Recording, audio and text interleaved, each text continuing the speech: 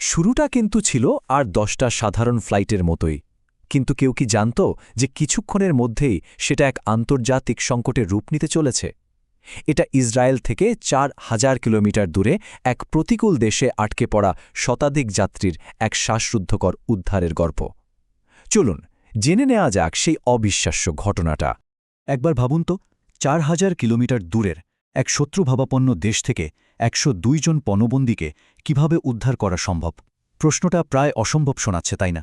এই অসম্ভব প্রশ্নটাই তখন ইসরায়েলের সামনে এসে দাঁড়িয়েছিল, আর এর উত্তর খুঁজতেই তারা ইতিহাসের অন্যতম দুঃসাহসিক এক সামরিক অভিযানের পরিকল্পনা করেছিল। সময়টা ছিল ১৯৭৬ সালের ২৭শে জুন। তেল আবিবের বেন গুরিয়ন বিমানবন্দর থেকে এয়ার ফ্রান্সের ফ্লাইট ১৩৯ উড়াল দিল প্যারিসের উদ্দেশ্যে। যাত্রীদের বেশিরভাগই তখন ছুটির আমেজে, নিশ্চিন্ত। কিন্তু কেই বা জানত এই আকাশযাত্রায় কিছুক্ষণের মধ্যে একটা ভয়াবহ দুঃস্বপ্নে পরিণত হতে চলেছে। তো ফ্লাইটটা সকাল 8:59 তেল আবিব থেকে ছাড়ল। এরপর গ্রিসের অ্যাথেন্সে একটা স্টপওভার শেষে দুপুর 12:30টায় আবার প্যারিসের জন্য উড়াল দিল। সবকিছু ঠিকঠাকই ছিল, কিন্তু টেক অফের ঠিক 8 মিনিটের মাথায় 4 জন ছিনতাইকারী বিমানের নিয়ন্ত্রণ নিয়ে নিল। যাত্রীদের আকাশ ভ্রমণের আনন্দ নিমেষেই এক ভয়ানক আতঙ্কে পরিণত হল। কিন্তু প্রশ্ন হল, কারা ছিল এই ছিনতাইকারীরা? এদের মধ্যে দুজন ছিল প্যালেস্টাইনের সশস্ত্র গোষ্ঠী পিএফএলপি ইওএর সদস্য, আর বাকি দুজন ছিল জার্মান রেভলিউশনারি সেলসের। তাদের একটাই দাবি ছিল, বিভিন্ন দেশের জেলে বন্দী থাকা তাদের সঙ্গীদের মুক্তি দিতে হবে। বিমানের গতিপথ তখন পুরোপুরি বদলে গেছে। ছিনতাইকারীরা বিমানটাকে প্রথমে নিয়ে গেল লিবিয়ার বেনগাজিতে। সেখানে জ্বালানি নেওয়ার পর বিমানটা আবার উড়াল দিল, কিন্তু এবার আফ্রিকার আরও গভীরে, আরও দক্ষিণে। যাত্রীরা তখনও কিচ্ছু জানে না, তাদের কই নিয়ে যাওয়া হচ্ছে, তাদের সাথে কি হতে চলেছে। এই চরম অনিশ্চয়তায় ছিল সবচেয়ে ভয়ের। অবশেষে কয়েক ঘণ্টা ধরে এই রুদ্ধশ্বাস যাত্রার পর বিমানটা অবতরণ করল উগান্ডার এনটিবি বিমানবন্দরে। আর এখান থেকেই শুরু হল সংকটের সবচেয়ে কঠিন পর্ব। পণবন্দীদের বিমান থেকে নামিয়ে সোজা নিয়ে যাওয়া হল বিমানবন্দরের একটা পুরনো টার্মিনাল বিল্ডিংয়ে। আর সেখানে তাদের জন্য যা অপেক্ষা করছিল তা হয়তো তারা দুঃস্বপ্নেও ভাবেনি। উগান্ডার তৎকালীন প্রেসিডেন্ট ইদি আমিন নিজে এবং আরও 3 জন ছিনতাইকারী তাদের স্বাগত জানাল। ছিনতাইকারীর সংখ্যা 4 থেকে বেড়ে দাঁড়াল 7-এ। মানে ভাবুন একবার, একটা দেশের প্রেসিডেন্ট নিজেই যখন ছিনতাইকারীদের সাথে, পরিস্থিতি কতটা জটিল আর বিপজ্জনক হয়ে উঠেছিল তা নিশ্চয়ই বুঝতে পারছেন। এবার ছিনতাইকারীরা তাদের শর্তগুলো জানাল। তারা মোট 53 জন ফিলিস্তিনপন্থী যোদ্ধার মুক্তি চায়। এদের মধ্যে 40 জন ছিল ইসরায়েলের জেলে, আর বাকি 13 জন ছিল কেনিয়া, ফ্রান্স, সুইজারল্যান্ড আর জার্মানির জেলে। সেই সাথে দাবি করা হল $50 লক্ষ মুক্তিপণ। আর এই সব কিছুর জন্য সময় বেঁধে দেওয়া হল 1 জুলাই দুপুর 2টো পর্যন্ত। এরপর ঘটল সবচেয়ে নির্মম, সবচেয়ে অমানবিক ঘটনাটা। ছিনতাইকারীরা পণবন্দীদের মধ্যে থেকে বেছে বেছে শুধু ইসরায়েলি আর ইহুদিদের আলাদা করতে শুরু করল। অন্য যাত্রীদের ছেড়ে দেওয়া হলেও 102 জন ইসরায়েলি ও ইহুদি নাগরিককে পণবন্দী করে রাখা হল। এই দৃশ্যটা অনেককেই নাৎসি আমলের সেই বিভীষিকার কথা মনে করিয়ে দিয়েছিল। ওদিকে ইসরায়েলে তখন চূড়ান্ত ব্যস্ততা। সময় বয়ে যাচ্ছে, ঘড়ির কাঁটা টিকটিক করে ঘুরছে।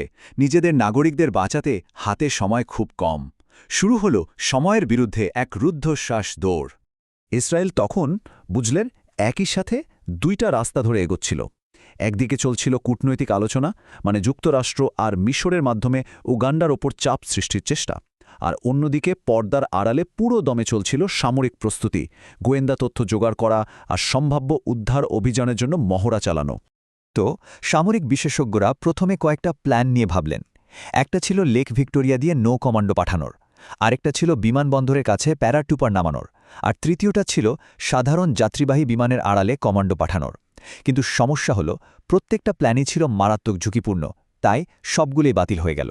ঠিক যখন সবাই প্রায় হাল ছেড়ে দিচ্ছে, তখনই একটা ব্রেক থ্রু এলো।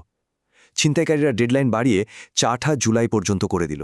আসলে উগান্ডার প্রেসিডেন্ট ইদি আমিনেরও দেশের বাইরে একটা সম্মেলনে যাওয়ার কথা ছিল, তাই এই সময়টা তার নিজের সুবিধার জন্য দরকার ছিল। কিন্তু এই যে কয়েকটা দিন অতিরিক্ত সময় পাওয়া গেল, এটাই ইসরায়েলের জন্য একটা আশীর্বাদের মতো কাজ করল। আর এই সময়টাতেই 2টো অত্যন্ত গুরুত্বপূর্ণ তথ্য ইসরায়েলের হাতে এসে পৌঁছাল, যা পুরো খেলার মোড় ঘুরিয়ে দিল। প্রথমত, প্যারিসে যে যাত্রীদের মুক্তি দেওয়া হয়েছিল তাদের কাছ থেকে ছিনতাইকারীদের সংখ্যা, তাদের অস্ত্রশস্ত্র আর তাদের গতিবিধি সম্পর্কে পরিষ্কার ধারণা পাওয়া গেল। আর দ্বিতীয়ত, যে ইসরায়েলি কোম্পানি এন্টেবে টার্মিনালটা তৈরি করেছিল তারা এর আসল ব্লুপ্রিন্টটা দিয়ে দিল। এবার সব তথ্য হাতে, চূড়ান্ত পরিকল্পনা তৈরি।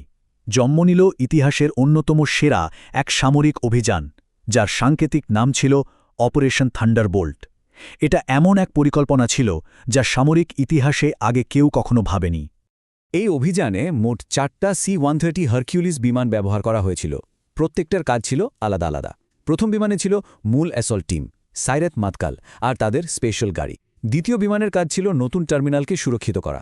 তৃতীয় বিমানের প্যারাট্রুপারদের দায়িত্ব ছিল উগান্ডার মিগ ফাইটারগুলো ধ্বংস করা, যাতে তারা পেছন থেকে হামলা করতে না পারে। আর চতুর্থ বিমানটা ছিল মেডিকেল টিম আর উদ্ধার কাজের জন্য। তবে এই পুরো প্ল্যানের সবচেয়ে ইন্টারেস্টিং, সবচেয়ে চতুর অংশটা ছিল তাদের ট্রোজান হর্স কৌশল। কমান্ডোরা উগান্ডার প্রেসিডেন্ট ইদি আমিনের কনভয়ের মতো হুবহু একটা গাড়িবহর তৈরি করে, এমনকি একটা কালো মার্সিডিজ গাড়িও সঙ্গে নেয়। উদ্দেশ্য ছিল একটাই, উগান্ডার সৈন্যদের চোখে ধুলো দিয়ে একেবারে টার্মিনালের দরজার সামনে পৌঁছে যাওয়া। বিশ্বাস করতেও কষ্ট হয়, কিন্তু এই বিশাল অভিযানটা শেষ হয়েছিল মাত্র 53 মিনিটে। একেবারে ঘড়ি ধরে অপারেশনটা চালানো হয়েছিল। প্রথম মিনিটে বিমান নামল আর কনভয় বেরোল। তৃতীয় মিনিটের মাথায় টার্মিনালে হামলা শুরু হলো। 30 মিনিটের মধ্যে পণবন্দীদের উদ্ধার করে বিমানে তোলাও শুরু হয়ে গেল। আর ঠিক 53 মিনিটের মাথায় শেষ বিমানটি এন্টেবে ছেড়ে চলে এলো, একেবারে বিদ্যুতের গতিতে। বুঝলেন? তবে এত বড় একটা সাফল্যের পেছনে একটা বিশাল দুঃখের গল্প লুকিয়েছিল। এই অভিযানে ইসরায়েলি বাহিনীর মাত্র একজনই প্রাণ হারান। তিনি ছিলেন এই মিশনের দলনেতা লেফটেন্যান্ট কর্নেল ইয়োনাতান নেতানিয়াহু। হ্যাঁ, ইনি ইসরায়েলের ভবিষ্যৎ প্রধানমন্ত্রী বেঞ্জামিন নেতানিয়াহুর বড় ভাই। পণবন্দীদের উদ্ধার করার সময় তিনি গুলিবিদ্ধ হয়ে মারা যান। অভিযান সফল, পণ্যবন্দীরা দেশে ফিরেছে। কিন্তু এই ঘটনার রেশ কিন্তু এখানেই শেষ হয়ে যায়নি। এর প্রভাব ছিল অনেক সুদূর প্রসারী, যা আজও আলোচনার বিষয়। চলুন দেখা যাক এই অভিযানের ফলাফল এবং এর উত্তরাধিকার কি ছিল। 102 এই একটা সংখ্যাই বলে দেয় অভিযানটা কতটা সফল ছিল। আটকে পড়া মোট 106 জন পণ্যবন্দীর মধ্যে 102 জনকেই জীবিত উদ্ধার করে ফিরিয়ে আনা সম্ভব হয়েছিল। এটা যে কি অসাধারণ এক সাফল্য তা আর বলার অপেক্ষা রাখে না। কিন্তু এই সাফল্যের একটা দামও দিতে হয়েছে। অভিযানে 7 জন ছিনতাইকারী নিহত হয়। মারা যায় প্রায় 45 জন উগান্ডার সৈন্য। আর দুর্ভাগ্যবশত গোলাগুলির মধ্যে পড়ে 3 জন পণবন্দীও প্রাণ হারান। আর আগেই যেমনটা বললাম, একজন ইসরায়েলি কমান্ডো শহীদ হন। এখানেই শেষ নয়। ডোরা ব্লচ নামে এক বয়স্ক পণবন্দী, যিনি অভিযানের আগেই অসুস্থ হয়ে হাসপাতালে ভর্তি ছিলেন, তাকে পরে ইদি আমিনের নির্দেশে নির্মমভাবে হত্যা করা হয়। ফিরে আসার আগে ইসরায়েলি কমান্ডোরা রানওয়েতে থাকা উগান্ডার 11টা মিগ ফাইটার জেট ধ্বংস করে দেয়, যাকে কোনোভাবেই তাদের পিছু ধাওয়া করা না যায়। ফেরার পথে বন্ধু দেশ কেনিয়া তাদের বিমানগুলোকে জ্বালানি ভরার সুযোগ করে দেয়, যেটা খুব জরুরি ছিল। আর সবশেষে নিহত কমান্ডারকে সম্মান জানাতে অপারেশন থান্ডারবোল্টের নাম বদলে রাখা হয় অপারেশন ইয়োনাতান। তো এই পুরো ঘটনাটা আমাদের সামনে একটা বড় প্রশ্ন রেখে যায়। একটা অসম্ভব মিশনকে শেষ পর্যন্ত কোনটা সম্ভব করে তোলে?